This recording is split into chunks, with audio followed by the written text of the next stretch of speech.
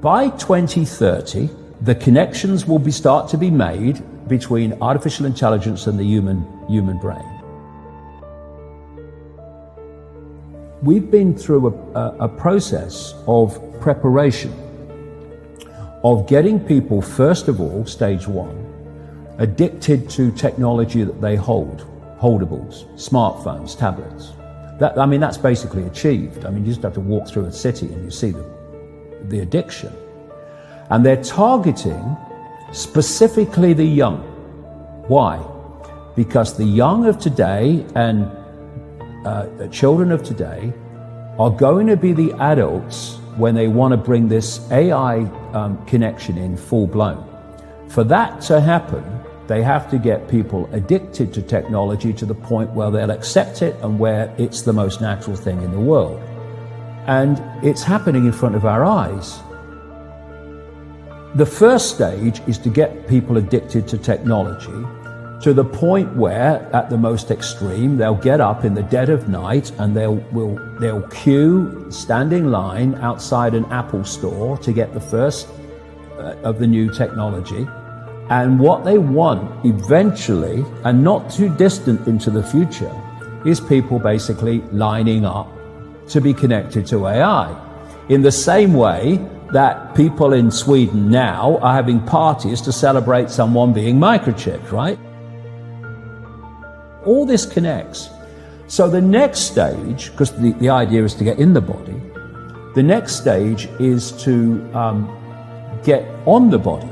So we went from just holdables, we went to wearables, we went to Bluetooth and Google Glass and Apple Watches and all these other gadgets that go on the body now. Even what they call electronic tattoos that are basically microchips on the skin.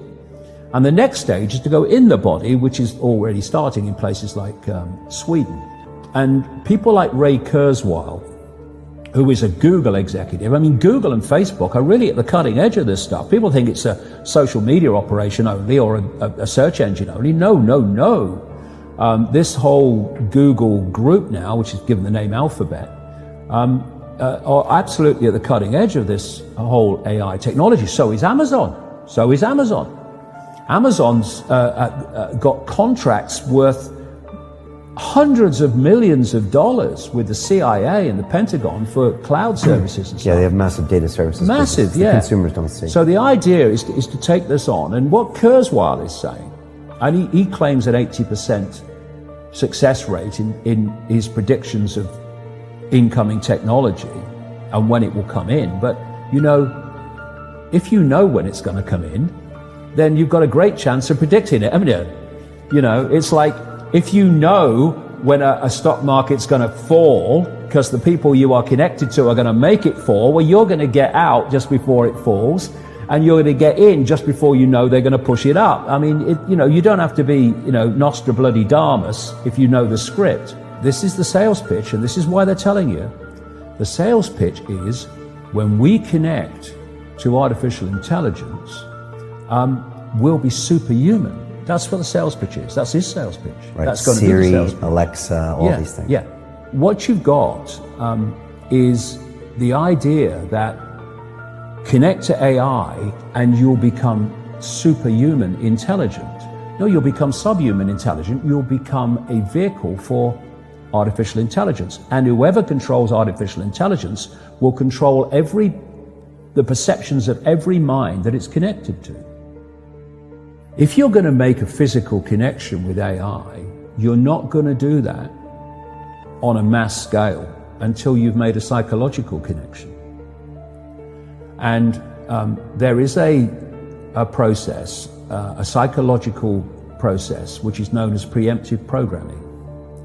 Preemptive programming is this.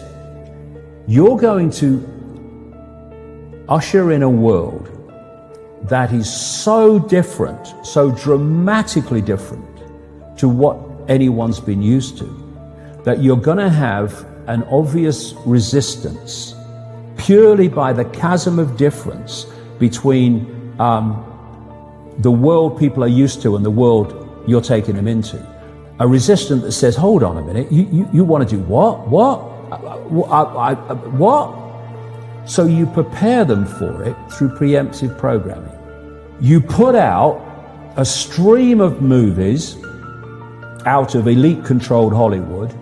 You put out television programs, you put out books, you put out all these things that basically portray the world you want to take people into.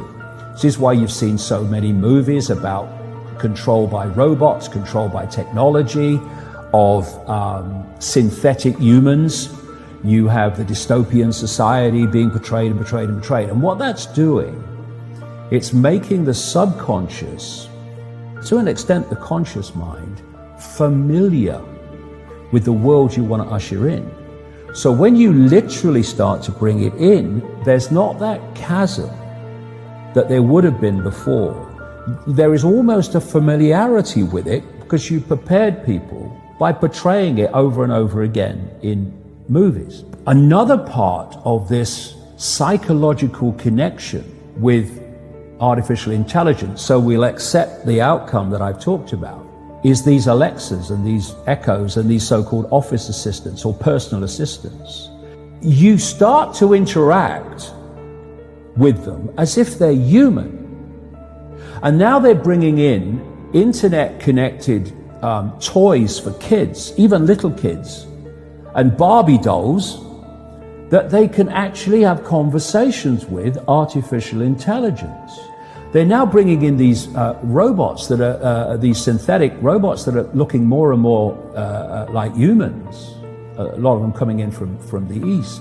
And this is a whole psychological process of familiarizing us with artificial intelligence, to getting people to interact with it until it becomes the most natural thing in the world.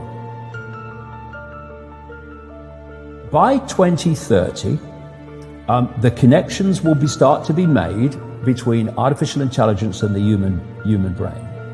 And the human brain will be connected to what he calls the cloud.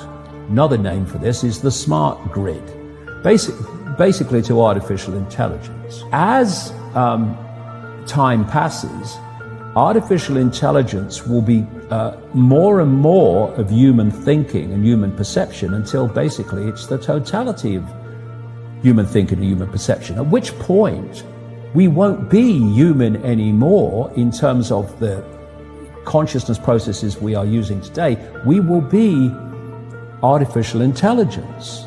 And this is the assimilation I'm talking about. If you are connecting the human mind to a grid, a global technological grid, that grid can be centrally controlled.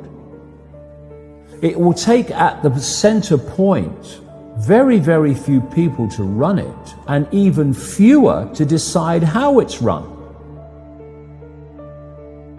I say this to kids and anybody else: how long could you live without your smartphone? What is an alcoholic? What, an alcoholic is someone addicted to alcohol? Yeah. Why is he addicted to alcohol? Because he can't stop drinking it. But you can't put your phone down. And if you do, within a few minutes you pick it up again because you're addicted to it. So are you controlling that bit of technology in your hand, or is that controlling you? That's controlling you. Do you want your life controlled by a bit of technology? Do you want the rest of your life controlled by it? Or are you now going to go, I'm putting this down? If technology is going to be the servant rather than the governor, it has to serve the interests of humanity, and humanity does not have to serve it. We're in a situation now where humanity is serving technology.